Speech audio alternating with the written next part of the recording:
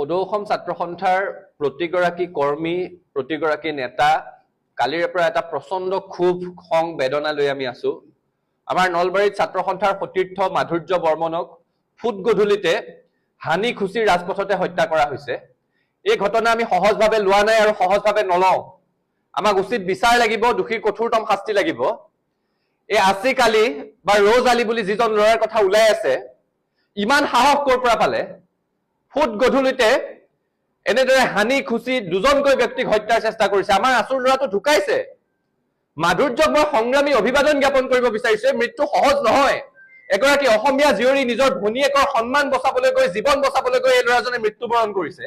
মাধুৰ্যক সংগ্ৰামী অভিবাদন জ্ঞাপন কৰিছো ছাত্ৰ সন্থাৰ সভাপতি হিচাপে। আৰু একে সময়তে ক'ব বিচাৰিছো, আসিক আলী ৰ'জ কোন হয় নাজানো, আমি কঠোৰ শাস্তি দিব লাগিব। আমাক ন্যায় লাগিব আৰু নহলে প্ৰতিবাদ হ'ব। আৰু ন্যায় কেনেকুৱা হ'ব লাগিব চৰকাৰে শুনি লওক।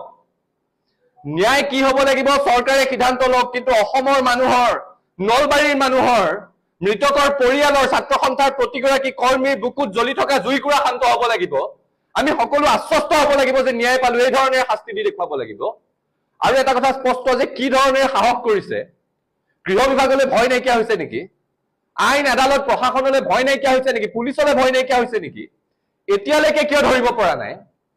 এই আসিক আলী ৰ'জ আৰু তেওঁৰ লগত যদি আন কোনোবাও আছে, শীঘ্ৰে কৰায়ত্ব কৰিব লাগে, কঠোৰ শাস্তি দিব লাগে। এই মৃত্যুক আমি সহজভাৱে লোৱা নাই, নলওঁ। আৰু এই হত্যাৰ সুবিচাৰ লাগিব। যেতিয়ালৈকে বিচাৰ নাপাওঁ প্ৰতিবাদ হ'ব। আজি নলবাৰীত প্ৰতিবাদ হৈছে, আৰু যদি ন্যায় নাপাওঁ সমগ্ৰ অসমতে ইয়াৰ প্ৰতিবাদ কঢ়িয়াই লৈ যাম বুলি ছাত্ৰ সন্থাই সকীয়াই দিছো।